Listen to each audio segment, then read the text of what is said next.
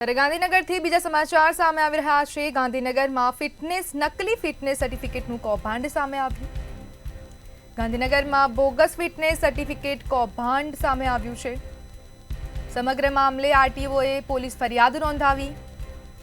ત્યારે ગાંધીનગરથી આ સમાચાર સામે આવી રહ્યા છે। ચિલોડામાં આવેલ એસએસ સ્ટોન દ્વારા આ કૌભાંડ આચરવાયું છે। ઓટોમેટેડ ટેસ્ટિંગ સેન્ટરમાં આ વિધિવત કૌભાંડ ચાલતું હતું। મહત્વના સમાચાર સામે આવી રહ્યા છે। વાહનો ચેકિંગ કર્યા વગર જ ફિટનેસ સર્ટિફિકેટ આપી દેવામાં આવતા હતા। 2 વર્ષમાં 669 વાહનોના ચેકિંગ વગર જ સર્ટી આપી દેવામાં આવ્યા છે।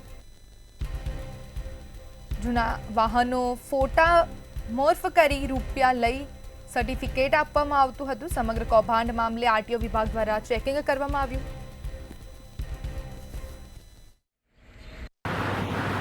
એમાં એવું છે કે ministry off road transport and highway દ્વારા ના આદેશથી દરેક સ્ટેટમાં ઓટોમેટિક ટેસ્ટિંગ સેન્ટર એટીએસ ઊભા કરેલા છે।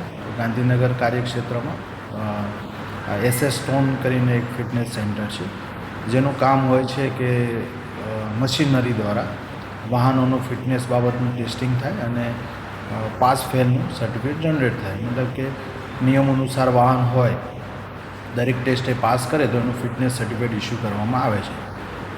સરકારશ્રીએ આ વસ્તુ એટલા માટે કરી હતી કે જેથી બહુ સારી ગુણવત્તાથી ફિટનેસ થાય, રોડ પર અકસ્માતો ઘટે અને વાહનોની ક્વોલિટી સારી થાય આ બાબતે ફિટનેસ કર્યા બાદ। પરંતુ સદર ફિટનેસ સેન્ટર દ્વારા વાહનો વગર જ ડાયરેક્ટ ફોટા મોર્ફ કરી અને પોતાનો સત્તાનો દુરુપયોગ કરીને ફિટનેસ સર્ટિફિકેટ જનરેટ કરેલા, જે ધ્યાને આવતા એમના વિરુદ્ધ સંપૂર્ણ તપાસ કરી કુલ 669 વાહનોમાં આવી ગેરરીતિ દેખાઈ હતી। એ વાહનો ક્યાં હતા એનો કોઈ ખુલાસો એમના દ્વારા થયેલ નથી, તો એમના વિરુદ્ધ પોલીસ કાર્યવાહી કરેલ છે, એફઆઈઆર દાખલ કરેલી છે।